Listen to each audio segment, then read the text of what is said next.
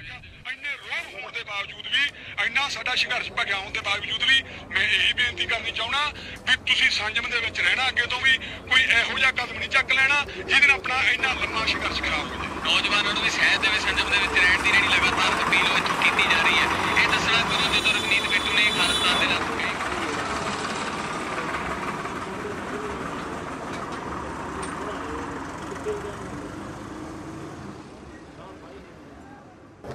भी जो मनुष्य ने राज बनाए है, राज किस चीज़ के लिए बनाया था, भी जिसकी लाठी उसकी भैंस ना चले, जिसकी लाठी उसकी भैंस ना चले। भाई जो जोरावर है, जो ताकतवर है, वो दूसरों को, वीक लोगों को, गरीब लोगों को कूटे ना, मारे ना, लूटे ना। लेकिन अब राज का ये जो कानून आ रहे हैं ओपन मार्केट के, इसके हिसाब से राज का जो वो खासा था, वो मोटो था, वो मंतव्य था, वो बिल्कुल एकदम बदल गया। तो अब एक सिंपल सी चीज़ सोच के चलो, अगर कोई भी कॉर्पोरेट जो एक फैमिली है ना, जो कॉर्पोरेट्स हैं, अगर वो लोग ज़्यादा प्राइसेस पे कोई भी चीज़ परचेज़ करते हैं तो अल्टीमेटली वो परचेज़ क्यों कर रहे हैं? दोबारा से सेल करेंगे ना, वो सेल आउट करेंगे, सोसाइटी को बेचेंगे। अगर वो पहले ही ज़्यादा कॉस्ट पे करके परचेज़ कर रहे हैं, अगर फिर से वो दोबारा जब सोसाइटी को सप्लाई करेंगे तो वो सस्ते में थोड़ा ना सप्लाई करेंगे।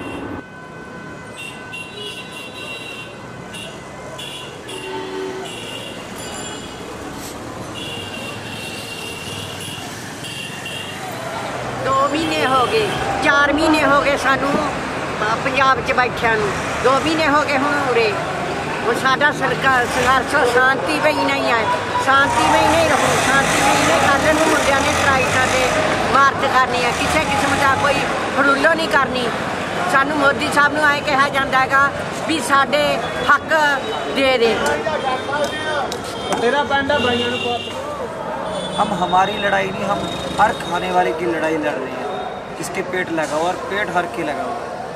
तो मैं चाहता हूँ कि ये सबकी लड़ाई है, इसे मैं धर्म युद्ध का नाम भी दे सकता हूँ, क्योंकि ये धर्म के लिए खाना, अब मैं खाना खिला रहा हूँ, ये धर्म है हमारा। तो इस खाने के लिए, इस पेट के लिए लड़ रहे हैं।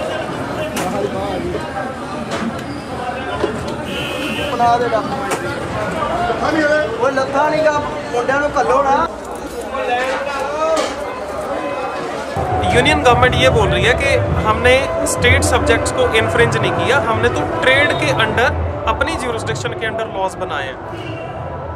जो लॉ की नॉलेज रखते हैं उनको, उन्होंने सुना होगा, आप भी गूगल करना तो सर्च करना, डॉक्ट्रिन ऑफ कलरेबल लेजिस्लेशन है, doctrine of colourable legislation constitution में। वो क्या चीज़ है कि जो आप डायरेक्टली नहीं कर सकते वो आप इनडायरेक्टली भी नहीं कर सकते।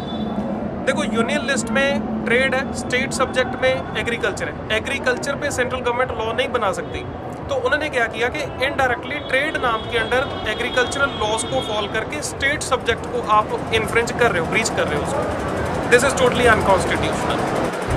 आओ उस पंजाब की गल करिए, आओ उस पंजाब की गल करिए,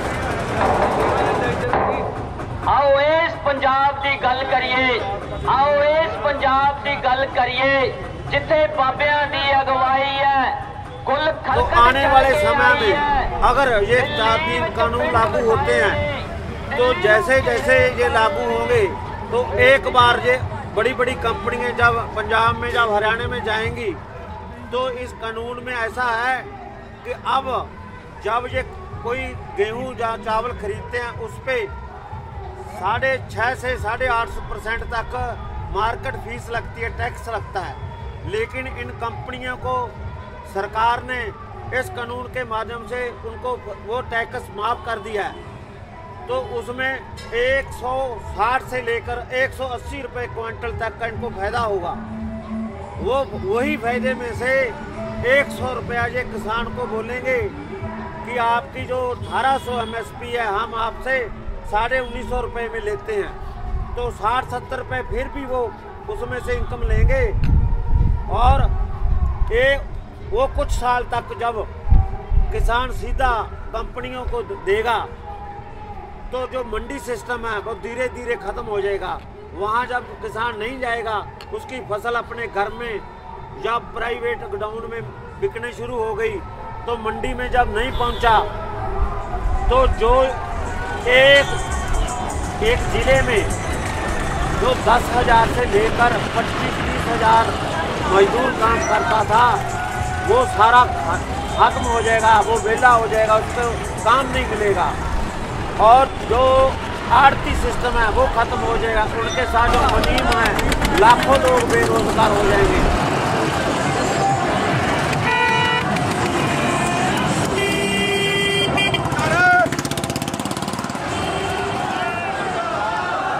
मैं तो ये बोल रहा हूँ एक बंगाल को नहीं,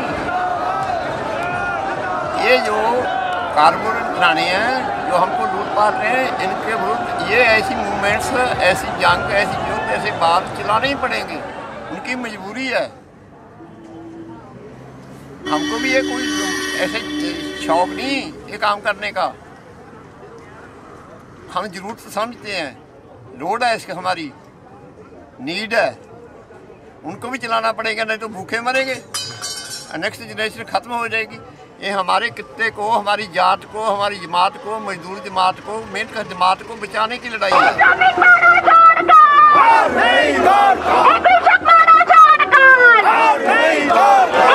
जय बांग्ला,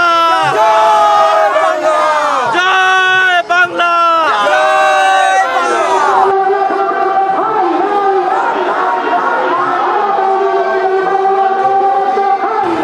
बोलो फेंको हटाओ देश बचाओ।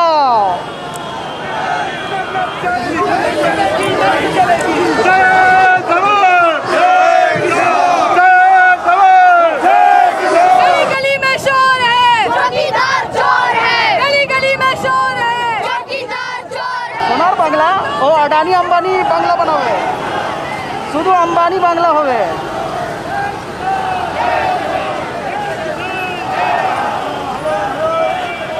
वो आजादी आंदोलन में पंजाब ने 2600 में से 2100 सबसे बड़ी शहादत दी थी, पर उस समय की तहजीब क्या थी? उस समय मंगल पांडे और ओबेदुल्ला मिलकर लड़े थे, आज वही समय है, लेकिन ये अलग प्रकार का जहरीला बीज बो रहे हैं।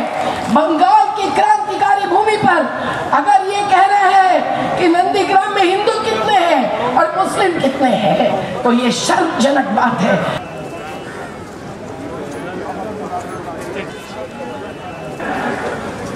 कि सत्ता जब हमारी वार्ताओं को, हमारे शीर्ष नेताओं की वार्ताओं को नहीं सुनी, तब जनता के बीच में जाकर के बात करनी पड़ रही। कुछ साथी कह रहे हैं कि ये राजनीति कर रहे हैं, लेकिन राजनीति हम किसी दल के तहत नहीं कर रहे, बल्कि बाबा साहब भीमराव अंबेडकर का दिया हुआ संविधान के तहत अधिकार है कि हिंदुस्तान में सभी रहने वाले व्यक्ति को एक वोट देने का अधिकार है। और इस देश के जागरूक मतदाताओं में से हम कलकत्ता के जागरूक लोगों को कहने आए हैं, बंगाल के जागरूक लोगों को कहने आए हैं। ये एक समय था कि देश को बचाने के लिए सिराजुद्दौला ने, जब ईस्ट इंडिया कंपनी की स्थापना हो रही थी, क्लाइव से युद्ध छेड़ा था। आज उस बंगाल को बचाने के लिए सुभाष चंद्र बोस को याद करते हुए, रविन्द्रनाथ टैगोर को याद करते हुए, ऐसे तमाम क्रांतिकारियों को याद करते हुए ये आपको तय करना है कि बंगाल को बचाने के लिए आप सिराजुद्दौला के लड़ेंगे या मीर जाफर बनेंगे, ये आपको तय करना है।